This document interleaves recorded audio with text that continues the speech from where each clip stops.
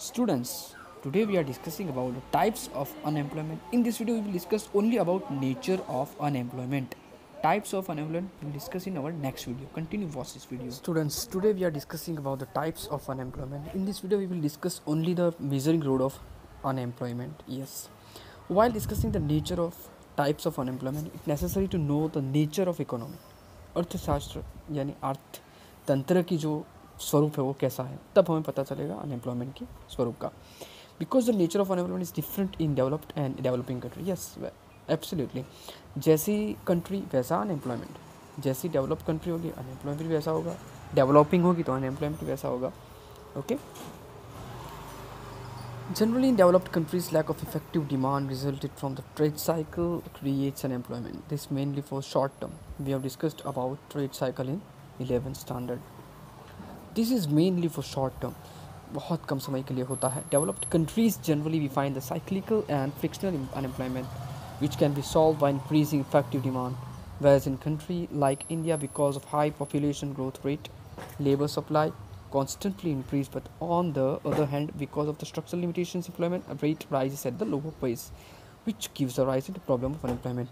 यानी कि developing country जो ऑलरेडी डेवलप कर रही है, ऐसी कंट्री के अंदर लेबर सप्लाई बहुत ही इंक्रीज होता रहेगा, पॉपुलेशन ग्रोथ रेट उतना ही ज़्यादा होगा, स्ट्रक्चरल लिमिटेशंस भी होंगे, तो इसीलिए अनएम्प्लॉयमेंट का प्रॉब्लम बहुत ही राइज होता है, बहुत ही बड़ा होता है.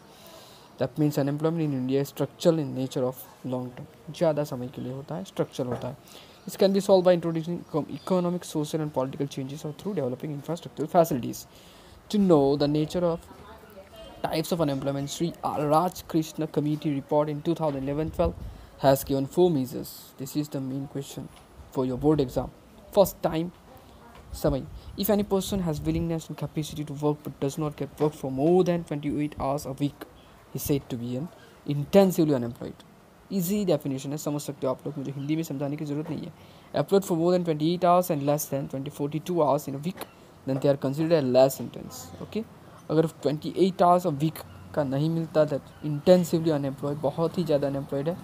28 आवर्स और 42 आवर्स वीक के अंदर है तो लेस इंटेंस होता है. सेकंड, इनकम यानी आवक. When a person gets very less income, कोई पर्सन बहुत ही कम इनकम यानी बहुत ही कम आवक प्राप्त करता है, which can not solve the problem, उसकी बेसिक नेसेसिटी भी पूरी नहीं होती है, वो इनकम पॉइंट ऑफ व्यू अगर ये पुअर है, आपको हम समझते हैं. In rural India specially all this type of poverty is seen. खास करके रूरल एरिया के अंदर यानी विलेज के अंदर ये पुअर देखे जाते हैं. For example, a person require 30,000 per month for satisfying the needs his family, but उसकी सैलरी बहुत कम है. बहुत कम यानी कितनी कम? 10,000, 15,000. तो उसके अकॉर्डिंगली हम समझ सकते हैं ये पुअर है, गरीब है. ठीक है, तो ये एक एग्जाम्पल हुआ.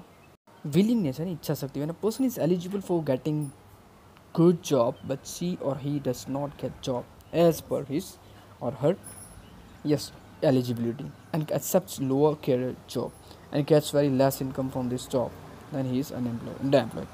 If CA has to work as clerk, यानी कोई व्यक्ति इच्छा शक्ति है लेकिन उसके पास जॉब नहीं है, एलिजिबिलिटी भी है लेकिन जैसे जिसकी पोस्ट मिल जाए वैसी पोस्ट नहीं मिलती.